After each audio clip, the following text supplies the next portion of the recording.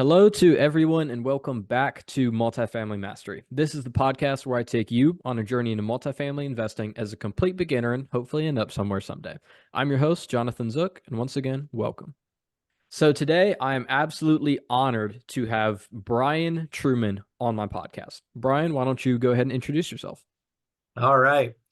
Well, thank you. Thank you, Jonathan. I really appreciate it. My name's Brian Truman with SVN Excel Commercial Real Estate. We help people buy and sell multifamily. We're based out of Nashville, Tennessee, but we help people all over Tennessee and surrounding states. And so thrilled to be here. I always love to talk multifamily. And I can talk for hours. So Jonathan told me we would be good for like the next 5 hours. So I'm good. I'm just kidding there. But love Melton, love multifamily, love to talk about it. All right, Brian, real quick random question. Do you know who Joe Rogan is? Yes. Because his podcasts go forever. They're like 3, 4 hours long, most of them. That's crazy. I have no idea how he does it. Anyway, that was really random. Yeah. Back on topic. All right. So, I asked you if you had anything specific that you wanted to talk about, and you said your favorite thing, multifamily real estate. So, first question is why multifamily? Well, I think multifamily, a lot of people ask me, well, hey, I've got money, what shall I invest in when it comes to real estate, right? So I always go to multifamily, not only because I sell it, but really because I believe in multifamily is the great investment, uh, from that standpoint. Because when you not only when you buy it, it generates cash for you, cash flowing, but the fact that you can do forced appreciation with multifamily, which means you can increase and push rents, which is not always the case in every segment of real estate. So that's a huge advantage that I think has all kinds of tax breaks. So you can do cost segregation on multifamily. And that's probably another topic for another day. And you probably had people on there talking about it, but that you can certainly spread out your risk. If you have, say you have, 40 unit complex compared to 40 single family homes, right? 40 unit complex, you have one roof. You don't have 40 different roofs, right? So there's a lot of, a lot of ways to to spread out your risk. And so those are some of the main points of having multifamily.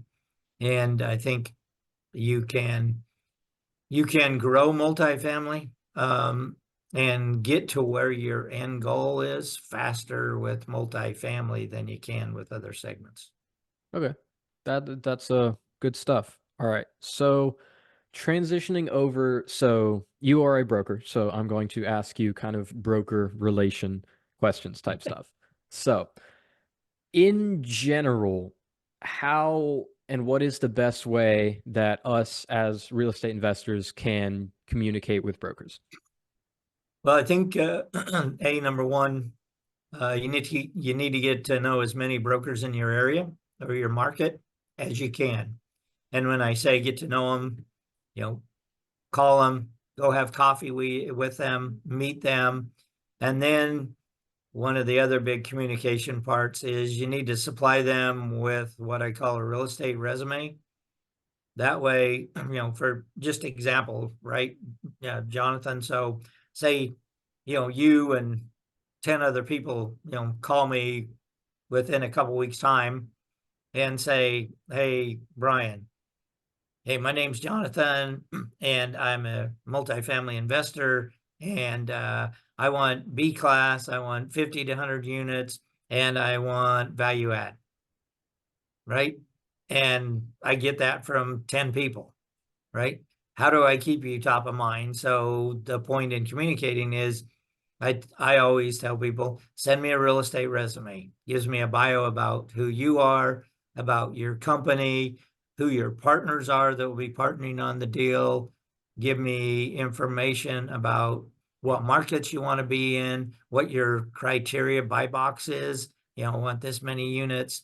I want value add, and what does value add mean to you? You know, and if you want to send me a map that has the market circled where you want to be, you know, as much detail as you can give me, because then that way I know, okay, this is Jonathan Zook. This is where he wants to be, where he wants to invest, and this is the markets. This is what his buy box is. This is who's going to be with him on these kind of deals, right? And so that way, when I come across deals, I'm going, okay, this one fits Jonathan, you know, his buy box, right? Versus somebody else that had called me and has sent me none of that, right?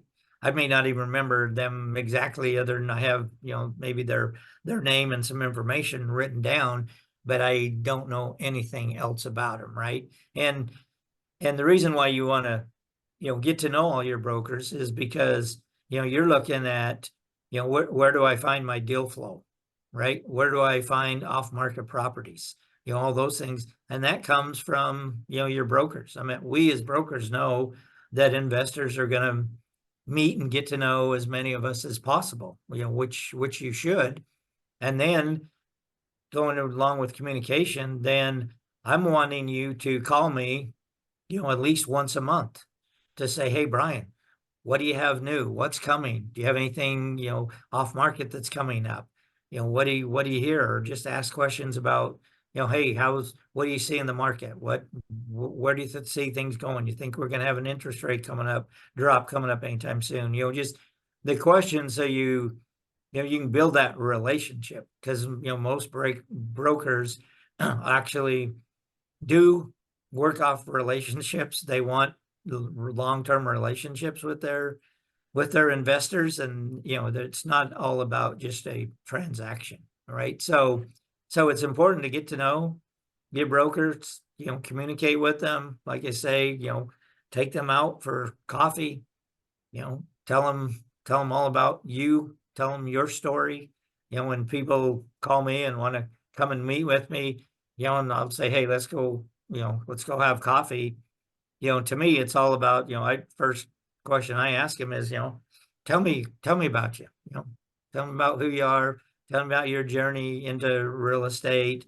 You know, I want to find out as much about them as, you know, they probably do, you know, about me as well. But it helps me begin to really build that relationship, and to that way I can keep them, you know, investors top of mind for properties. Okay. So I've heard from some people that like business is business and your personal life is your personal life. So I take it that you would disagree with that. Yeah, I'm like, yeah, well, tell me, you know, because I'm in Nashville, so a lot of people, you know, are here. I'm like, so, you know, where are you from? You know, tell me a little bit, you know, about who you are. You know, what do you like? What do you not like? As well as, you know, besides real estate, right? You know, what do you like to do when you're not, you know, doing real estate? Right? Well, you're a big, you know, I'm a big South Carolina Gamecock fan, or I'm a big Clemson fan, or whatever, right? You know, just kind of tell me about you as a person, as an individual, right? So to me, if you're gonna have a long-term relationship with people, you know, to me, that's what it's all about, right? I mean, maybe there are a lot of brokers out there who are just, you know, transaction and business and this, but that's not the way I work. And, you know, maybe not all brokers are, you know, I may not be for everybody, but that's just kind of how I work. And over the years, it's served me very well. And, you know, a lot of my clients have been clients for a long time, and they're very loyal to me. So I think a lot of that has to do with, you know, building the relationship with my clients, with investors. So. Yeah, and it probably makes it a lot easier to work with that person too, and just a more fluid overall relationship, which I think is Yeah. great. So Yeah. I you put mean, it very good. a, Yeah. a lot of them, I shoot, I know how many kids they have, and I know, a lot of things about, about them, and, things like where they went on last vacations and all that kind of stuff. Not because I'm being nosy. It's because, you know, you know them and they're not afraid to talk about that, kind of stuff, Tell me about, hey, the last, I just saw you went to, wherever on vacation, that had to be a lot of fun or whatever, you just take some interest in him, in them, goes a long ways. So, Yeah, for sure. All right. Are there any immediate red flags that would make you not want to work with a person? uh, probably when I'm asking questions about, their experience, um, and uh, I guess maybe their lack of knowledge of real estate or real estate in general. They don't have to be, they don't have to be long-time investors or long-time investors. They don't have to, I mean, they can say, you know what, I've been, listening to podcasts about this, and a lot of times I'll ask them who they've been listening to, that way I can kind of get an idea of, who that may be, you know, um, a lot of that. But if they're just like, well, yeah, I don't know, somebody just told me to, to call you, I really don't know anything about real estate, then that's kind of a red flag, you know or I don't know anything about investing. I've never read anything or heard any or listened to a podcast or, any of those kind of things. Um, that, and then, that's on that end. And then on the other, maybe that's on one end of the, one end of the scope. But then on the other one is when people try to tell me not too much, but when they get, I guess if you want to, they get real arrogant and bragging about a lot of stuff, then I tend to kind of find out that they have not, or they don't own what they own, or they don't, they're not associated with the people they, kind of say they are, and, things like that. Because, brokerage world is really not that big, and a lot of brokers talk, to each other.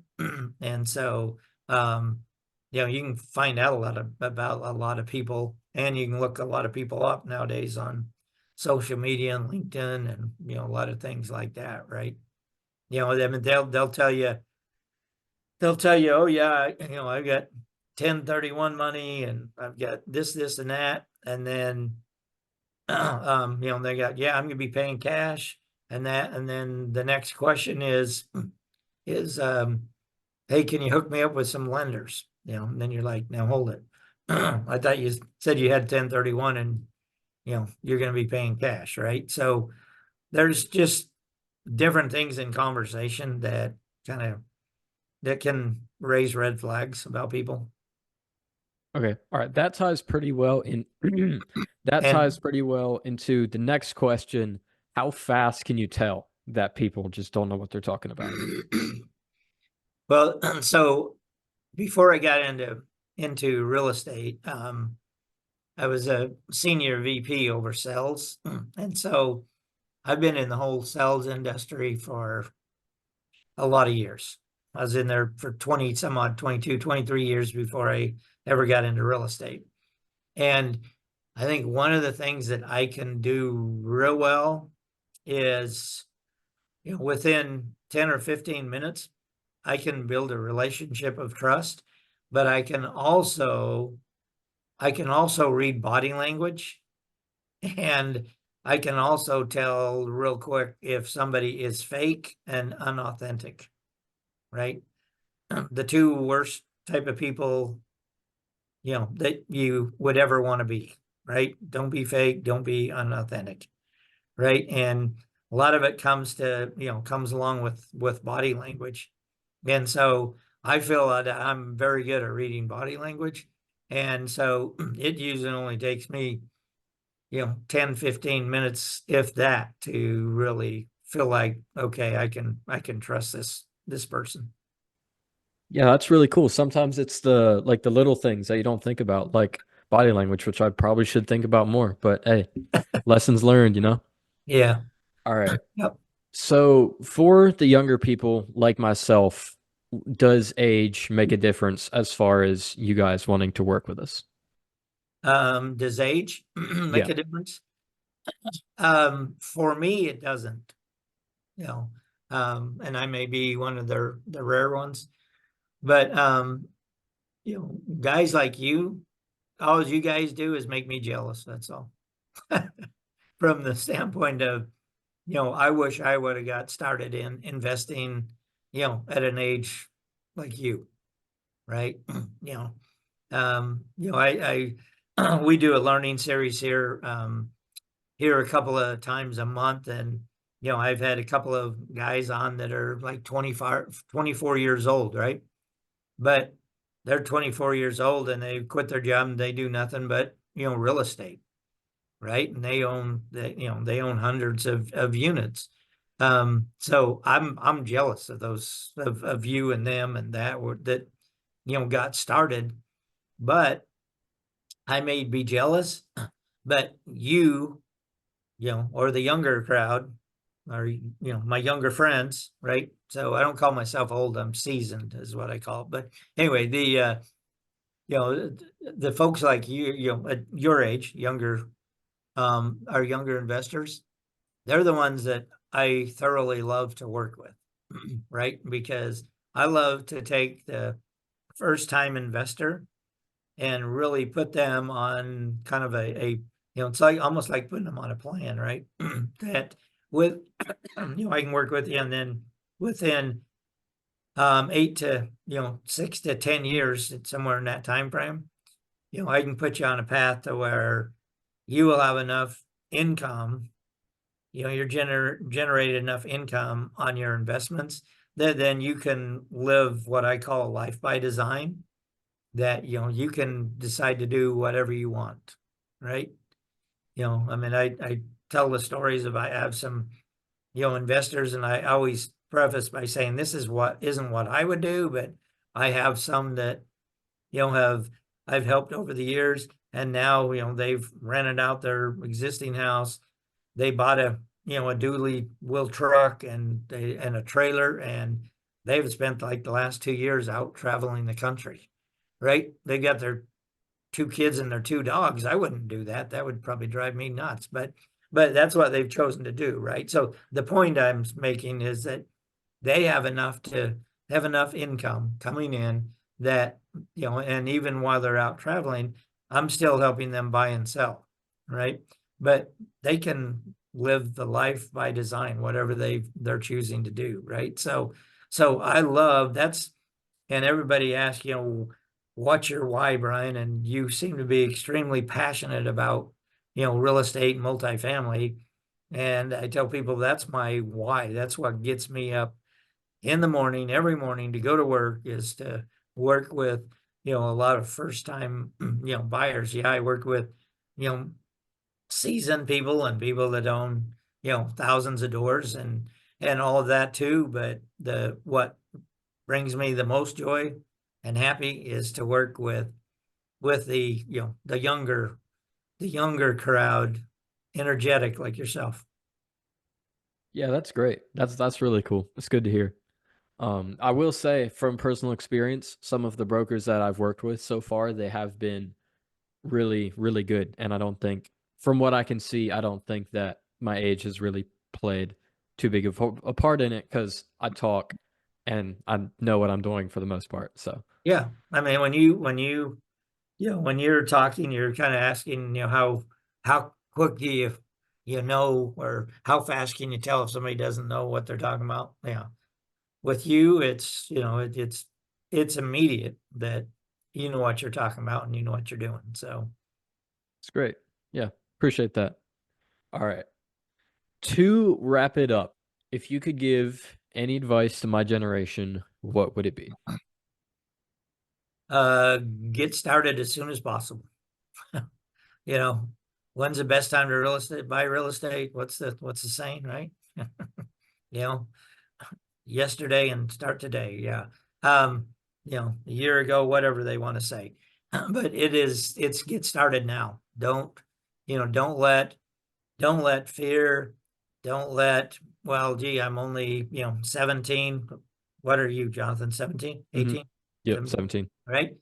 Don't let being 17, scare you. I know it doesn't you, but the age, don't let the fear of it, there are there are plenty of people out there that would be happy to help somebody out and help them, learn and help them understand how to get started, and basically, put an arm around their shoulder and say, come on, let's get going, right?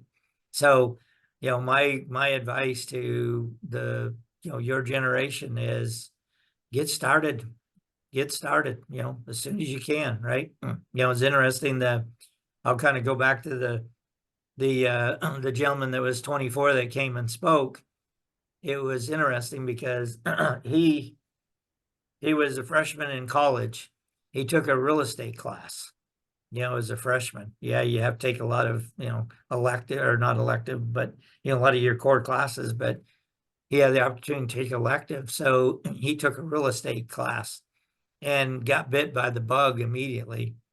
And so he went to his parents and he asked his parents, he's like, hey, do you guys have do you have a HELOC? They're like, yeah. He was like, is there any way I can talk you into, you know, borrowing that, borrowing that money from you? You loan that money to me. I want to get investing in real estate, right?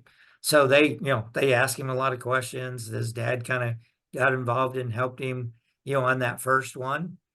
And then, from that, by the time he got ready to graduate college, which he graduated in finance and all that, by that time he owned a couple hundred doors. But, it was interesting. He was just like, you know what? The only way to, get started. And I think he said his first apartment complex was, or first apartment units and buildings was, it was like 6 units, right? But you got to start somewhere, right? And he was able to do that, learned a lot of things. And then, his parents were telling some of their friends about what he was doing. And, next thing he knows, people were saying, yeah, if you buy another one, I'll put some money towards that, right? And so, he just kind of took off from there.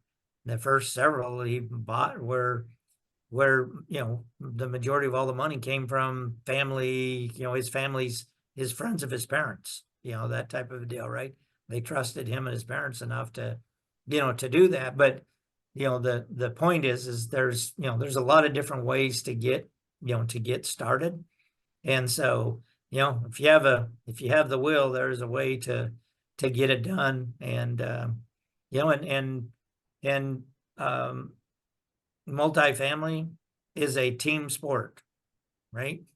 It is a team sport. You probably kind of, gain that knowledge over time, even though you're only 17, that, it's a team sport. So build a good team around you and, you'll be extremely successful. So I'll go back to the first piece of advice. Get started now. So. Sounds good. All right. Well, think that's about it. You got anything else you want to put out there? No, hey, I just appreciate the opportunity. Yeah. Thanks for having me on and keep doing big things. I'll So, try my best. But the honor is mine. I truly do appreciate having you on here. All right. yep. I will put all of Brian's contact information down in the description below. So if you want to contact him, to work with him, or or to ask questions or anything like that, that information will all be down there. So I appreciate you guys watching and tune in to the next episode.